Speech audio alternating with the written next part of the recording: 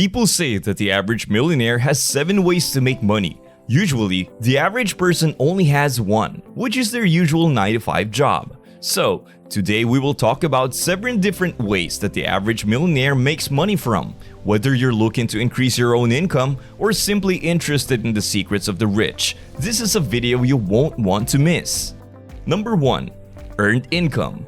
Earned income is the main source of income for most people. This is what a job gives you. This is true for everyone from the average worker to the CEO. Many CEOs still work for the company they run. There are also other professionals in this group, like doctors, nurses. Active income is when you trade your time for money, which is how you earn money. Freelancers can also be part of this. Most earned incomes is typically the starting point for many self-made millionaires. This is where most people start, and it is a good place to start, especially if your job can help you take care of yourself and your family. But staying in this category is risky, because this kind of income is based on your time, which you only have so much of. Like everyone else, you only have 24 hours in a day. In this category, there is always a limit to how much money can be made. This is also one of the ways to make money that is taxed the most. This type of tax can cost you up to 40% of your income. Depending on their income, some people in this group pay almost half of what they earn in taxes. This is a great place to start,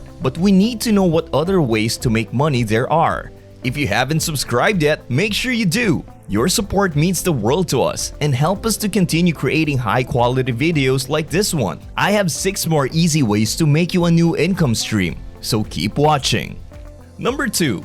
Dividend income. When you buy stocks that pay out part of their profits to their shareholders, you get dividend income. When you buy a stock in a company, you become a shareholder. Whenever the company that you invest in reports profits, they will send a check to their shareholders, typically every quarter. As an owner of shares, you have a piece of the company. So in companies that distributes dividends, you get a portion of the company's profits. Now, depending on what type of dividend you have, you can pay a lower tax rate with qualified dividends. If you make less than $38,600 in ordinary income, you pay no taxes on dividend income. If you make more than $425,001, the highest tax rate is 20%, which is much lower than the tax rate on earned income, which can go as high as 40%.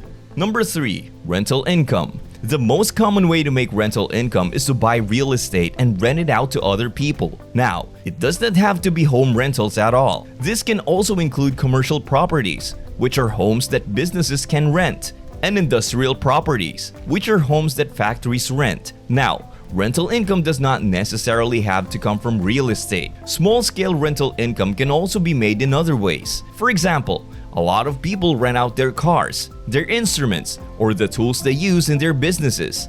Rental income is any money you get for letting someone else use your property in exchange for money. Number 4. Profit income.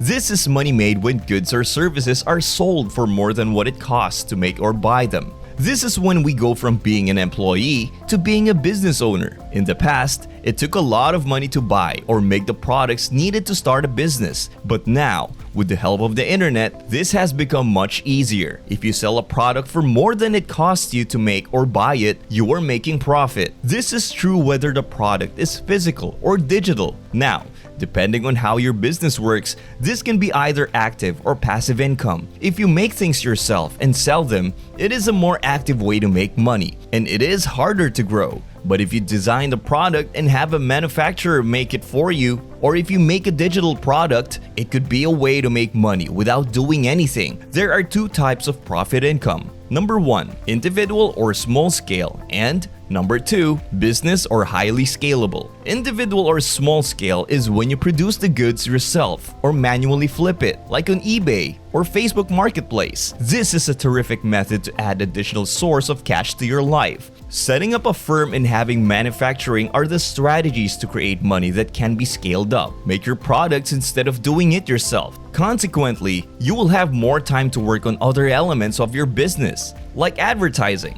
Digital products are a current example of scalable business, as you do not store, ship, or make them. Digital goods are highly scalable. Certain profit types are taxed differently. As a small-scale seller or maker of tangible items, you may be taxed like a worker. If you start a business, you can earn tax benefits by incorporating. Number 5. Interest income. Interest income is the third type of income. You make interest income by collecting interests on money lended. Now, I don't really mean lending money to your friends. This is typically not a good idea, but there are a few ways to create this form of income, from giving the bank money in the form of a bank certificate of deposit, to giving money to a company in the form of a bond, to giving money to the government in the form of treasury bills. There are many ways to lend money. Most of the time, these are safer ways to invest your money, but they will not make you the most money. Many of these have return rates of between 1% and 4% per year. Now,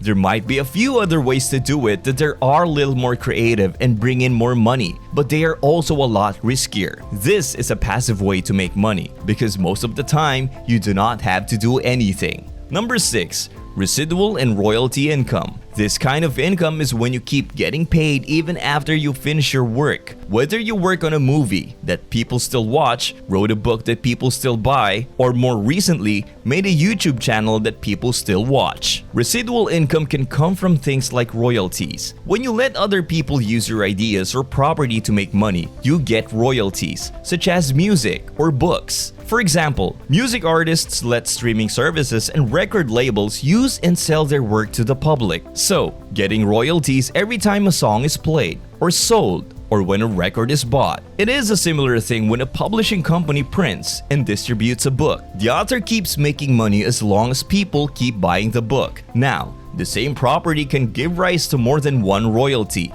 J.K. Rowling is a great example of this. She did not only make royalties from her book sales, but also from the adaptation of her books in movies and merchandise based on her characters. Even though the first Harry Potter book came out 20 years ago, the author J.K. Rowling still gets royalties. As long as people are buying merchandise, renting, or streaming the movies or buying the books, she gets royalty payments because those products are based on her original property. Number 7.